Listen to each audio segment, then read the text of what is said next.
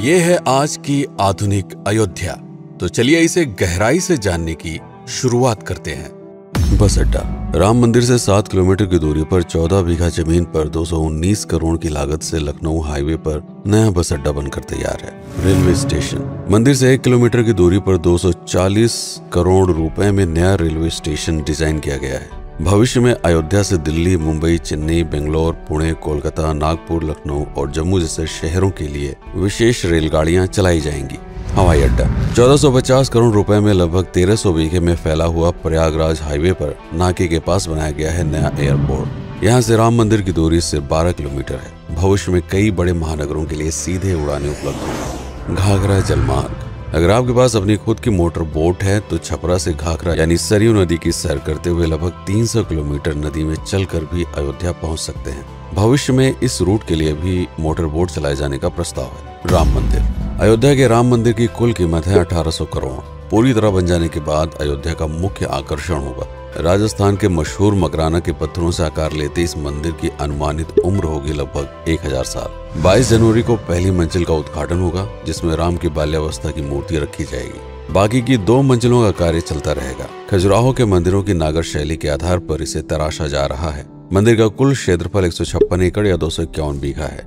हनुमानगढ़ी राम मंदिर से लगभग 800 मीटर की दूरी पर स्थित है हनुमानगढ़ी। मंदिर के आवासीय परिसर को मिलाकर यह लगभग 52 बीघे में फैला हुआ है। मंदिर की 76 सीढ़ियां चढ़कर हनुमान जी के दर्शन के बाद ही राम मंदिर में जाने का विधान है। यह मंदिर अयोध्या शहर के ठीक बीच में एक ऊंचे टीले पर बना है। शहर की तरफ आने वाले आक्रमणकारियों के आने की सूचना यहीं से प्राप्त करके अयोध्या के राजा तक भेजी जाती थी। इतिहासकारों के अनुसार जितनी बार भी अयोध्या पर आक्रमण हुआ उतनी बार इस मंदिर को भी विध्वंस झेलना पड़ा। हालांकि सन्यासियों ने हर बार इस मंदिर को फिर से खड़ा किया। आज यह मंदिर रामानंद संप्रदाय और निर्वाणी अखाड़े के अधीन है। राम की पेड़ी अयोध्या को सरयू नदी की भयंकर बाढ़ से बचाने के लिए इस बांध का निर्माण किया गया था, जिस पर श्रद्धालुओं के स्नान के लिए कई घाट बना दिए गए थे। इतिहासकारों के अनुसार जितनी बार भी बांध टूटता था, सरयू का पानी अयोध्या की गलियों में घुस आया करता था। इसी बाढ़ से बचने के लिए पूरे अयोध्या में जगह जगह पर ऊंचे टीले बनाए गए थे, जैसे राम टीला, हनुमान टीला, लक्ष्मण टीला। आज ये बांध अयोध्या का मुख्य पर्यटन स्थल बन चुका है। हर दीपावली पर यहाँ लाखों दिए जलाकर रामायण की उस घटना को उत्सव के रूप में मनाया जाता है जब श्री राम अयोध्या वापस लौटे थे।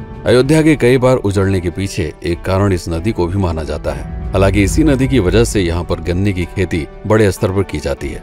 लता मंगेशकर चौराहा नया घाट और बस स्टैंड के पास ही अयोध्या का मुख्य चौराहा 6.7 करोड़ रुपए में बनकर तैयार हुआ है। पद्मश्री से सम्मानित राम सुथार जी ने 2 माह के कठिन परिश्रम के बाद इस 40 फीट लंबी वीणा को आकार दिया। 14 टन की इस वीणा को लता जी के स्मृति चिन्ह के रूप में यहाँ पर लगाया गया है। इसीलिए इसका नाम नया घाट चौराहे से बदलकर लता मंगेशकर चौराहा कर दिया गया है। धर्मपथ नया घाट से कुछ पहले सड़क के दोनों तरफ 30 फीट ऊंचे 40 सूर्य स्तंभ लगाए गए हैं, जिसे धर्मपथ का नाम दिया गया है, जो श्री राम के राजकुल सूर्यवंश का प्रतीक है।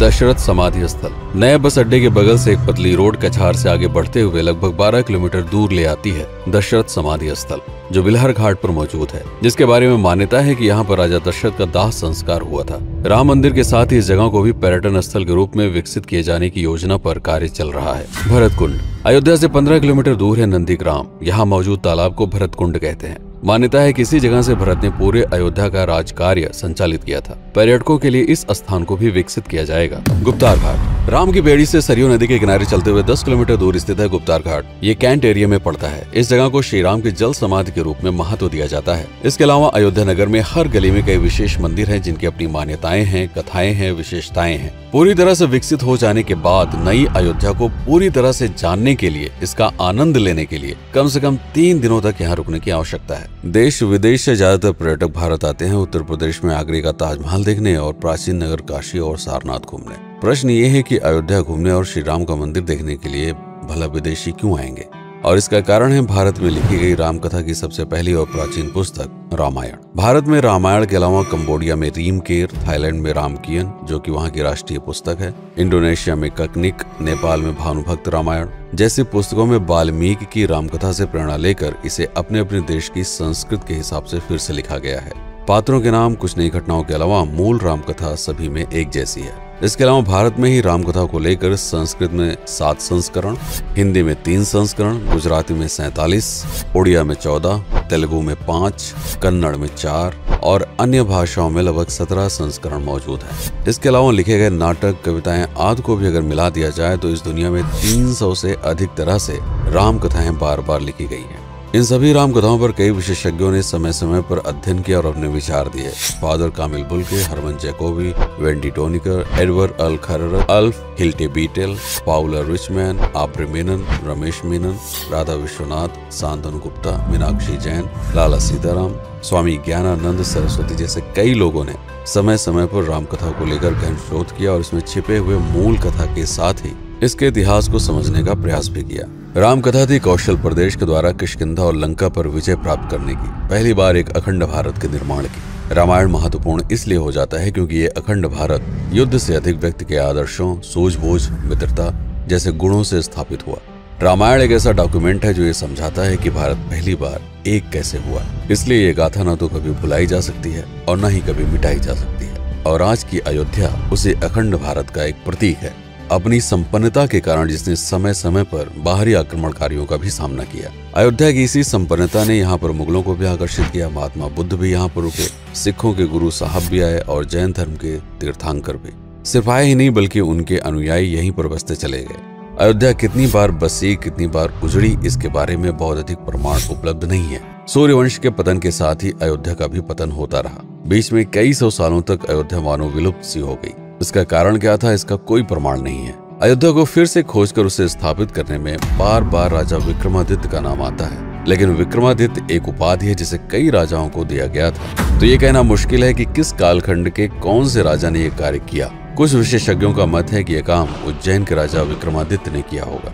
नंदवंश, मौर्यवंश, शुंगवंश, गुप्तवंश आदि के साम्राज्य में भी अयोध्या का वर्णन प्राप्त होता है। सबसे बड़ा विध्वंस हुआ 1527 के आसपास बाबर के कार्यकाल में, जब राम मंदिर को ध्वस्त कर बाबरी मस्जिद स्थापित की गई। सन 1722 में बंगाल के नवाब अली वर्दी खान ने व्यापार के नजरिए से राम मंदिर से कुछ किलोमीटर की दूरी पर एक नया शहर बसाने की शुरुआत की। 1730 में अवध के पहले नवाब सादत अली खान ने इसका नामकरण किया फैजाबाद। इन्हीं के उत्तराधिकारी सुजाउद्दौला ने इसे अवध की राजधानी बनाई। 1775 में अवध के चौथे नवाब असफुद्दौला ने फैजाबाद की जगह लखनऊ को अवध की राजधानी घोषित की। रावण अहंकार का प्रतीक और श्री राम विनम्रता के सूचक। सत्ता में आने के बाद हर व्यक्ति को यह बात हमेशा ध्यान में रखनी चाहिए, सिर्फ रंग रोगन और पत्थर लगवाने से राम राज्य नहीं आएगा, बल्कि जिस दिन स्कूल, अस्पताल और सरकारी संस्थानों से भ्रष्टाचार खत्म होगा, लोगों का मुफ्त इलाज और अपनी भाषा में उच्च शिक्षा उपलब्ध होगी, उस दिन भारत उस पायदान पर खड़ा होगा जहां कभी हम हुआ करते थे।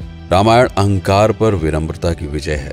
अयोध्या को अगर पर्यटन स्थल का केंद्र बनाना है तो इस आधार पर बसाना होगा, राम राज चलाना होगा, राजनीति नहीं। यदि इस वीडियो में कोई त्रुटि हुई हो तो उसके लिए क्षमा करें। वीडियो पर समय बिताने के लिए आपका बहुत बहुत धन्यवाद। मैं हूं पीके सिंह और आप देख रहे हैं प्रतापगढ़ हब। जय श्री राम, जय अवध, जय भारत।